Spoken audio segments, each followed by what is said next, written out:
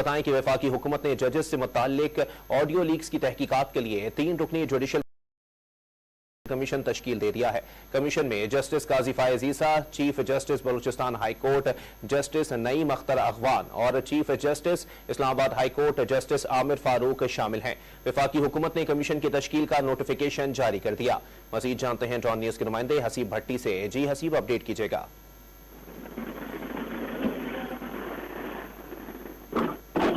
जी हसीब,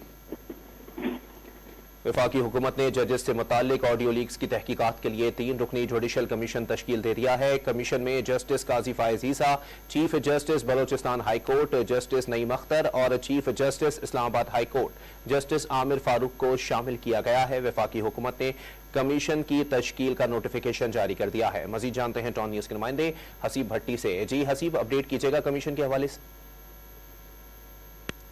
ये तीन member judicial commission है जिसमें सुप्रीम कोर्ट के सीनियर तरीन जज जस्टिस काजी फायज ईसा को इसका सरबराह बनाया गया है, जबकि chief justice Balochistan high court और chief justice Islamabad high court इसके मेंबर हैं। ये कमीशन जो है ये जो जजेस के हवाले से ऑडियो लीक्स है उसका जायजा लेगा और इसके साथ साथ इन ऑडियो लीक्स का जो अदलिया की खुद मुख्तारी के ऊपर जो असरात है उसका भी जायजा लेकर अपनी रिपोर्ट मुरतब करेगा। वज़ारत कानून ने इस हवाले से नोटिफिकेशन जारी कर दिया है। जी बहुत शुक्रिया हसीब भट्टी अपडेट करने के लिए। आपको बताएं कि वफाकी हुकूमत ने जजेस से मुतालिक ऑडियो लीक्स की तहकीकात के लिए 3 रुकनी जुडिशल कमीशन तश्कील दे दिया है।